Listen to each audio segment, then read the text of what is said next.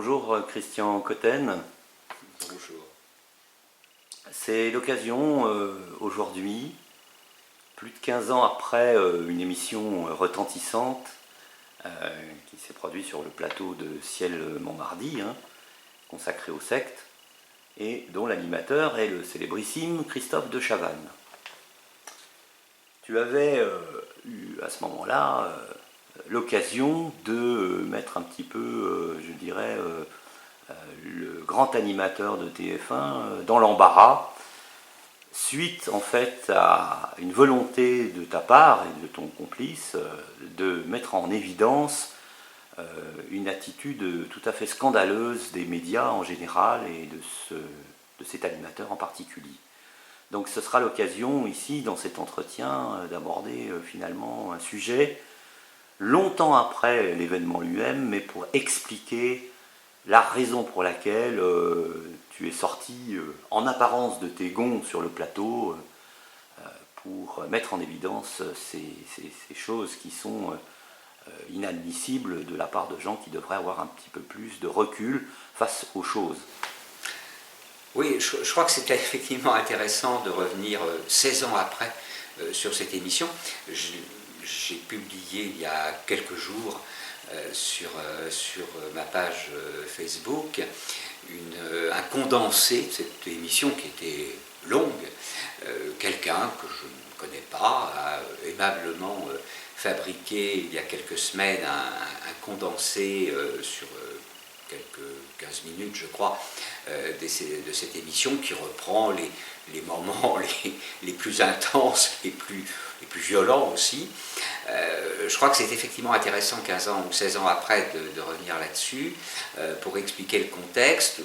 J'écrivais en republiant sur ma page Facebook cette synthèse, j'écrivais que 16 ans après, en fait, je n'avais pas grand-chose à changer, sans doute même rien, tout simplement parce que ce que j'ai dit ce jour-là reste malheureusement encore d'actualité.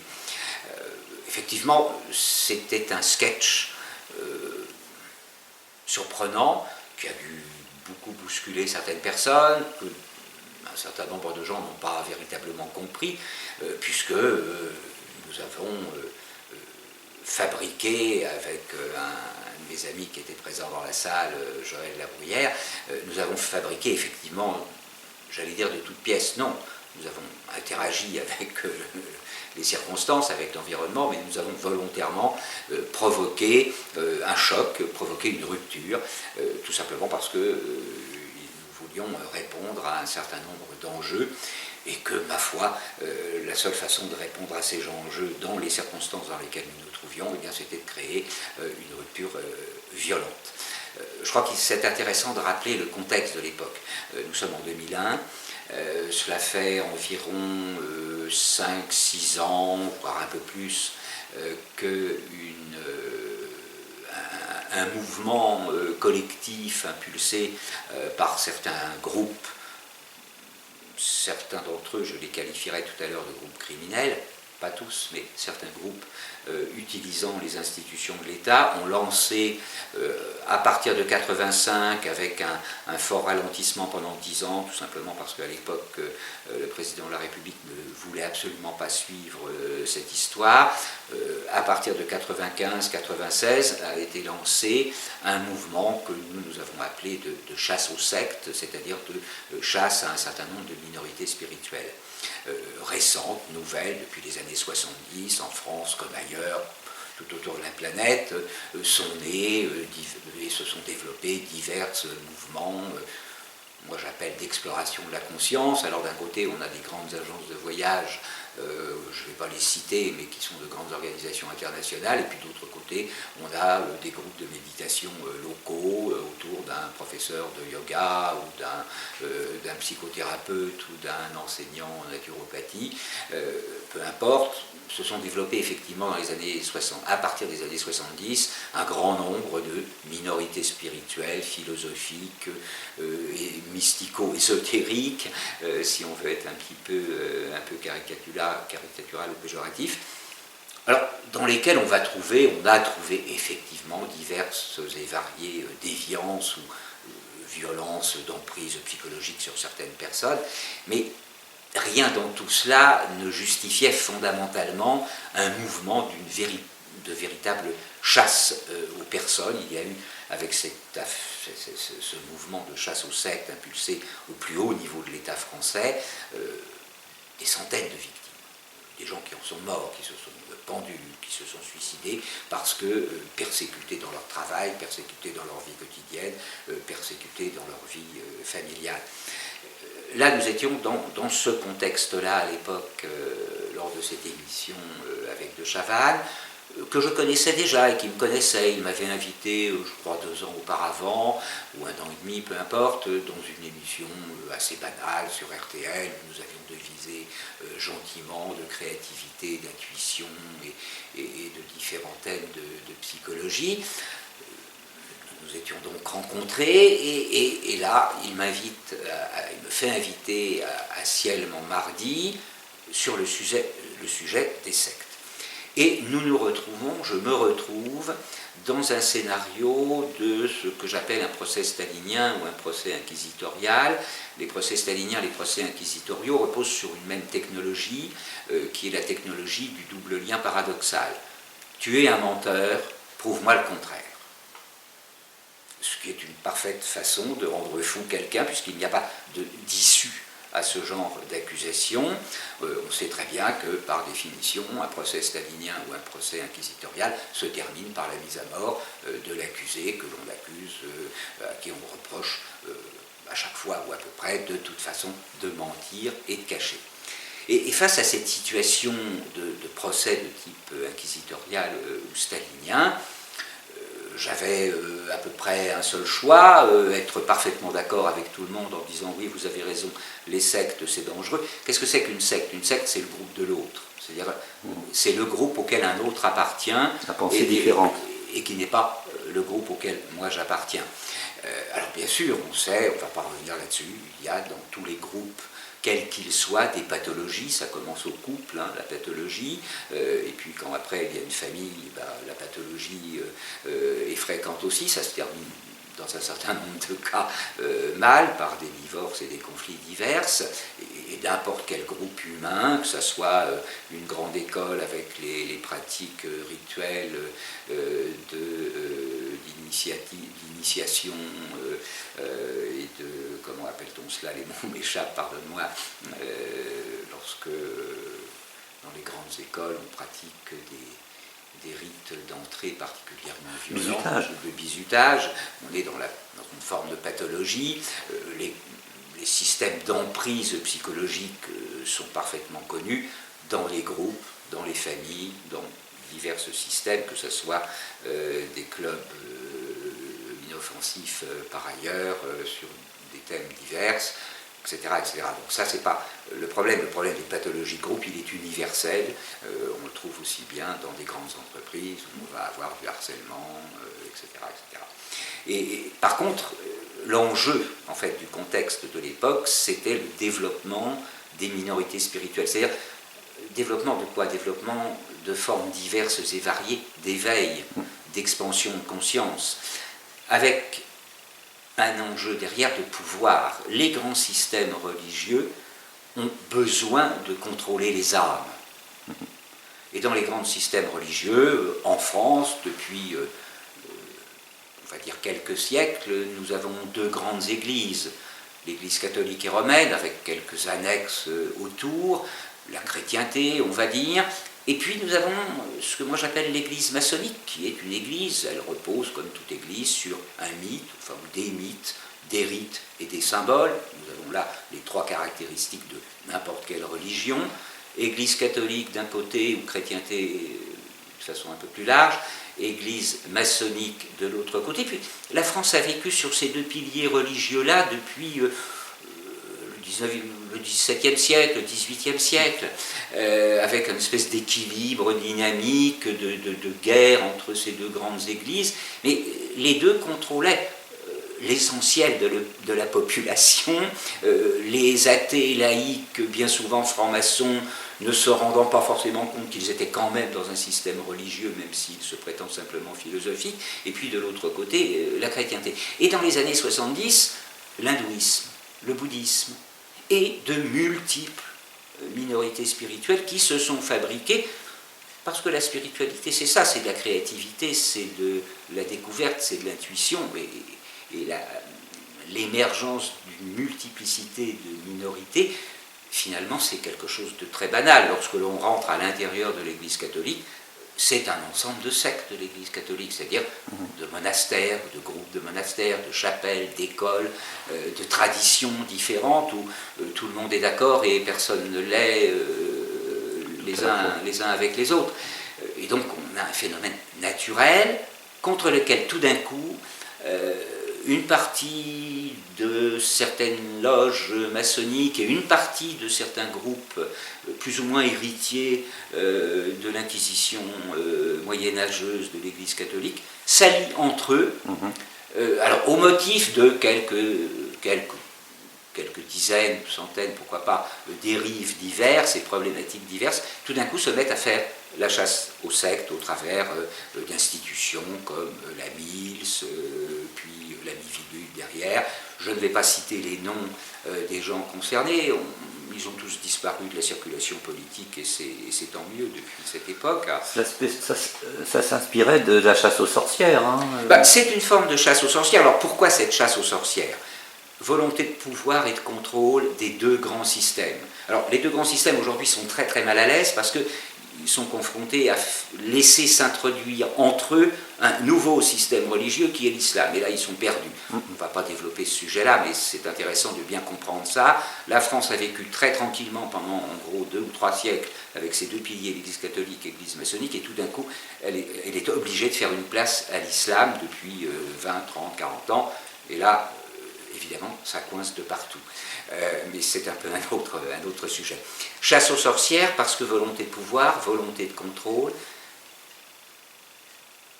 Deuxième enjeu, cacher un certain nombre d'autres problématiques beaucoup plus graves.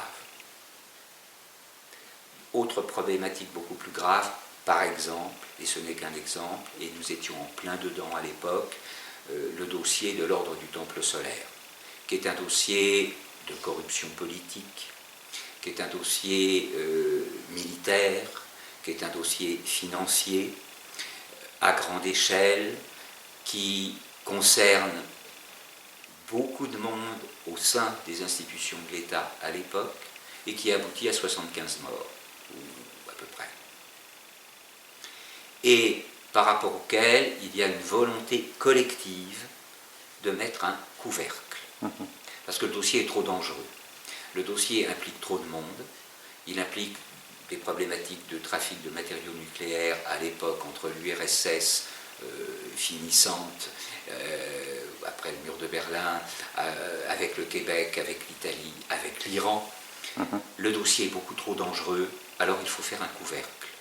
Faire la chasse aux sectes en disant, vous voyez bien les sectes, c'est dangereux, la preuve, le suicide collectif de l'ordre du Temple solaire. Ça fait une pierre deux coups. D'une pierre deux coups. On est au milieu d'une grosse arnaque. Ça, c'était un des enjeux. Et d'ailleurs, j'en parle dans l'émission de Chaval, à l'occasion de quelques phrases échangées avec un magistrat qui connaissait largement, aussi bien que moi, le dossier. Autre enjeu de la chasse aux sectes, le pouvoir, cacher des dossiers de corruption politique, de financement politique obscur. Derrière l'histoire de l'OTS, il y a beaucoup de financement politique parfaitement obscur et très documenté pour les gens qui ont fait un minimum de travail là-dessus. Troisième enjeu, la guerre pharmaceutique. La guerre pharmaceutique, à partir des années 70-80, les grands systèmes de l'industrie chimico-pharmaceutique, ceux que j'appelle parfois les herboristes du diable ou les herboristes empoisonneurs, ceux qui fabriquent toute une série de produits chimiques. Certains sont utiles, là n'est pas la question, mais un certain nombre d'autres, et on le sait au travers de multiples scandales, sont de véritables poisons, à commencer par exemple par un certain nombre de vaccins, de prétendus vaccins, qui sont en réalité de véritables poisons inutiles, efficace et dangereux. À partir des années 70, 80, 90, un certain nombre de personnes ont parfaitement anticipé le développement des médecines que l'on a appelées douces, alternatives, que moi j'appelle volontairement médecine féminine, pour les distinguer des médecines industrielles, chimiques, financières, qui sont des médecines, lorsqu'elles sont utiles, des médecines d'urgence, et qui sont ce que j'appelle les médecines masculines. Bon, c'est encore un peu un autre sujet, mais qui mériterait d'être développé. Mais première approche, c'est une distinction. À partir des années 70-80, on a eu une véritable guerre qui s'est enclenchée contre les médecines féminines, les médecines de prévention, les médecines d'accompagnement, les médecines de convalescence. Et parce que tout simplement des enjeux financiers considérables. Et bon nombre de gens ont compris à cette époque qu'il y avait un lien entre le développement des minorités spirituelles visant à l'éveil, l'expansion de conscience, le développement d'autres façons de concevoir le monde, l'émergence de valeurs féminines et l'émergence des médecines complémentaires. Et donc il devenait important de casser les médecines complémentaires, de casser le développement de tout ce qui était séminaire de développement personnel et développement de multiples formes de psychothérapie permettant aux gens, précisément dans un certain nombre de cas, de se dégager de la chimie et étant beaucoup moins contrôlables. Et lorsque l'on mélange tous ces enjeux, cacher des dossiers de corruption politique extrêmement lourds, violents, criminels, liés à la géopolitique internationale et au trafic d'armes, restreindre le développement des médecines complémentaires, douces, féminines, etc., et garder un pouvoir de contrôle sur ce que moi j'appelle le marché de la spiritualité au travers des églises chrétiennes et des églises maçonniques, lorsqu'on mélange tout ça, eh bien, ça nous donne le contexte de l'émission de Chavannes, de Ciel Montmardi du 6 février 2001, si mes souvenirs sont exacts. Nous sommes invités, et je suis invité là pour me faire massacrer, ou bien pour que j'accepte de dire oui, vous avez raison, les sectes c'est dangereux, il faut lutter contre tous ces gens-là, alors que moi j'arrive avec des dizaines, voire des centaines de dossiers de victimes, de gens qui se sont fait massacrer avec cette chasse aux sectes. De Chavannes dira au cours de l'émission, vos victimes, on s'en fout. Alors qu'en même temps, il y avait présent des prétendues victimes de sectes, dont un de mes voisins immédiats qui a passé sa soirée à me conseiller de prendre du Prozac, bonjour le délire, et qui était ce que nous avons appelé un témoin bidon. J'ai publié quelques jours après, le 6 février 2001, un texte qui justifie le fait que je désigne cet individu comme un témoin bidon. C'était un pauvre homme en situation de divorce violent avec son épouse, un enfant, et qui s'est servi de cette histoire de chasse aux sectes pour se battre avec sa compagne qui l'entretenait alors qu'il ne travaillait pas, qu'il était violent avec elle, et tout simplement parce que la dite compagne allait faire de la méditation dans un groupe de yoga du voisinage. On est dans le n'importe quoi. De Chavannes n'avait pas grand-chose à se mettre sous la dent dans le genre témoin victime de secte, et il a choisi celui-là qui était très volontaire. Par ailleurs, on avait sur le plateau un certain nombre de personnages tout à fait intéressants. Je ne vais pas revenir dessus, ils apparaissent dans la vidéo, les lecteurs jugeront par eux-mêmes. Dans le contexte que je décrivais tout à l'heure, la manière dont l'émission a été préparée, le choix que j'avais était le seul choix réaliste pour moi, pour les amis qui m'entouraient, qui étaient présents dans la salle parmi le public robotisé comme on a pu le voir. Le seul choix réel que j'avais était effectivement de créer une rupture. Donc je me suis un tout petit peu préparé pour le faire, et puis j'ai joué mon numéro. Alors certains, évidemment, m'ont pris pour un fou dingue surexcité.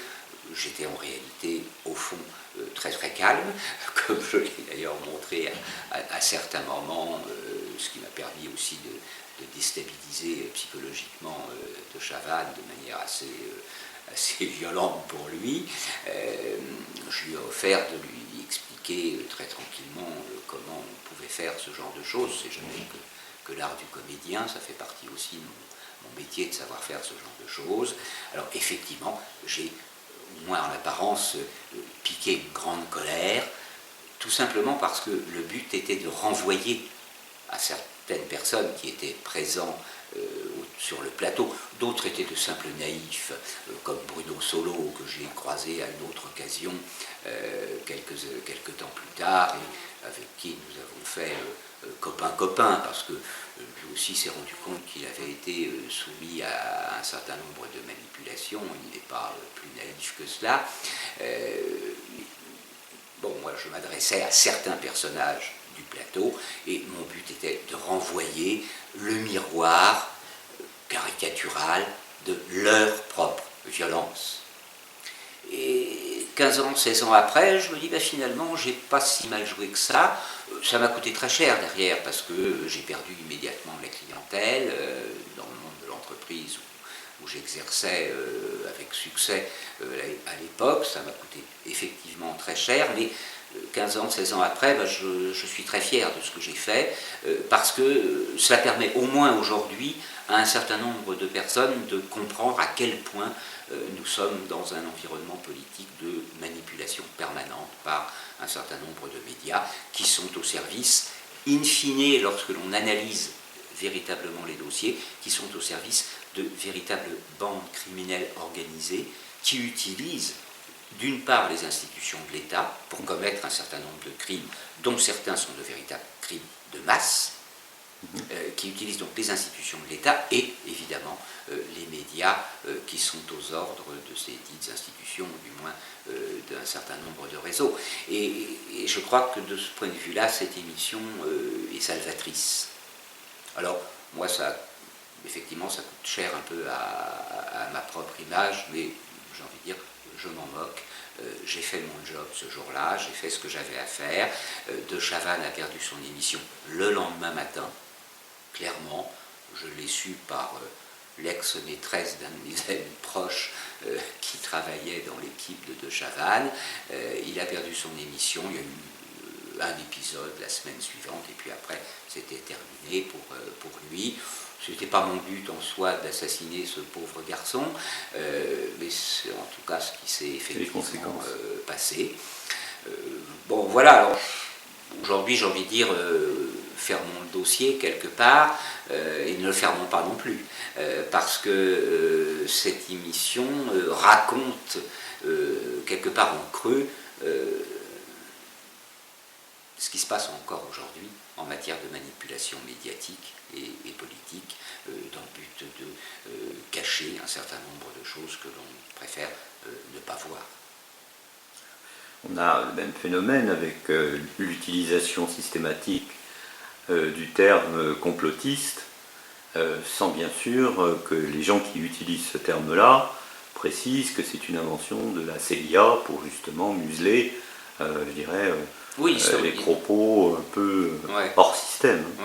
Oui, historiquement, on sait, effectivement, c'est documenté de manière très claire, que la théorie du complot a été une opération qui a été mise en place volontairement par un certain nombre de services américains, précisément au moment de la mort de Kennedy, où il y avait une version officielle à défendre, à soutenir, pour cacher des vérités qui n'étaient pas bonnes à dire à l'époque, et donc on a considéré que, enfin les services compétents américains ont considéré que cette logique de théorie du complot était la meilleure façon de décrédibiliser tous les chercheurs de vérité authentiques, tous les journalistes qui simplement voulaient savoir et faire savoir. La meilleure manière de faire et de les accuser d'être des paranoïaques tenant de la théorie du complot. Alors ça fonctionne encore, mais j'ai l'impression que ça fonctionne de moins en moins parce que le public est lucide. Enfin, en France comme aux États-Unis, beaucoup de gens comprennent bien qu'il y a l'histoire officielle et puis il y a, précisément si on parle d'histoire officielle ou de vérité officielle, c'est qu'il y a une vérité qui ne l'est pas, et si la vérité non officielle ne se rapprocherait pas de la véritable vérité, on ne parlerait pas de vérité officielle. Bon, on est dans le grand n'importe quoi, enfin on est dans la manipulation psychologique permanente pour effectivement faire voir le haut de l'iceberg des opérations militaro-politiques diverses et variées pour cacher le dessous de l'iceberg. C'est là que se passent les choses véritablement intéressantes. Je crois qu'on est aujourd'hui à une période où le bas de l'iceberg se découvre de plus en plus quant aux manipulations multiples et variées dont les États occidentaux en particulier sont les premières victimes. Je ne dis pas qu'ils sont responsables, les États sont utilisés par un certain nombre de bandes criminelles organisées à différents niveaux qui se servent de cette thématique de la théorie du complot pour cacher leurs crimes. En français, enfin, il y a une espèce d'arnaque avec cette histoire théorie du complot qui est une arnaque fondée sur des problématiques de traduction. En droit français, on parle de bande criminelle organisée. D'accord ? Et c'est un concept qui est très clair en droit. Cette expression de crime en bande organisée, en anglais ou en américain, c'est conspiracy. C'est une conspiration qui est un vieux terme français que l'on n'utilise plus véritablement, et en tout cas pas en droit. Et par un effet de retour, on nous renvoie la traduction de conspiracy en complot. On est dans n'importe quoi intellectuel et culturel, encore une fois. La véritable expression en français, c'est crime organisé. Alors oui, un certain nombre de gens dénoncent des crimes organisés par les systèmes étatiques, par des individus qui se servent des institutions pour commettre leurs crimes. C'est de ça dont on parle. Le détournement des... Oui, on est dans des détournements d'informations permanents, mais je crois que... Des institutions... Et des institutions et du langage. Et du langage. Ça, c'est l'art ultime pour manipuler les foules. C'est de distordre le langage. Il y a quantité d'exemples. On ne va pas développer là ces sujets-là, parce qu'on ne va pas en finir, mais bien sûr, il y a quantité d'exemples de distorsion des mots au profit de résultats multiples visant avec la tête à l'envers des individus. Finalement, l'entretien que tu viens de nous accorder est comme la conclusion d'un très long épisode qui a commencé finalement un tout petit peu avant, ou pas très longtemps. Je ne suis pas complètement d'accord avec toi sur le terme de conclusion. Ce n'est qu'une étape pour moi, parce que le dossier de l'ordre du Temple solaire, un jour, va être mis à jour. Alors peut-être ça sera juste un dossier d'archives historiques, mais je suis certain qu'il va ressortir un jour, parce que c'est un très lourd dossier. Pour moi, il fait partie des grands dossiers où est appliquée la première loi de la République française, enfin dans son application concrète, qui est la loi de l'Omerta. Dans le monde politique, dans le monde judiciaire français, la première loi que l'on applique effectivement comme loi de la République, ou pseudo-loi de la République, c'est la loi de l'Omerta, c'est la loi du silence. Le dossier de l'OTS fait partie de ces grands exemples où on applique la loi de l'Omerta, comme le dossier Bérégovoy, comme le dossier Robert Boulin, qui est un peu plus ancien. 38 ans après, on réouvre une instruction sur un assassinat politique. Tout le monde dans la classe politique sait que M. Boulin a été assassiné, comme tout le monde sait que M. Bérégovoy a été assassiné. Maintenant, il y a une convention collective au sein de la classe politique, Omerta, parce que c'est trop dangereux. Et ces dossiers-là, un jour ou l'autre, deviennent des dossiers d'archives historiques, et là, les vérités émergent. Et donc le dossier de l'OTS, un jour, finira par émerger. C'est pour ça que pour moi, ce n'est pas véritablement une conclusion, c'est une étape, c'est un épisode, là, aujourd'hui, en 2017, 16 ans après de Chaval, mais je suis certain qu'il y aura d'autres épisodes, un peu plus tard. Moi, j'ai le temps de vivre 125 ans, c'est la durée moyenne raisonnable d'espérance de vie pour un humain qui fait un petit peu attention à son véhicule terrestre, donc j'ai encore beaucoup de temps devant moi. C'est en tout cas la conclusion de ce qui s'est passé sur le plateau de Christophe de Chavannes. Tout à fait. C'est-à-dire l'explication l'explication du texte. L'explication du texte. Tout à fait. Bien sûr, bien sûr. Merci. Eh bien, merci Christian Cotten de nous avoir donné cet éclairage et finalement nous comprenons mieux ce qui s'est passé sur ce plateau à cette époque-là. Merci. Au revoir. Merci à toi. Merci.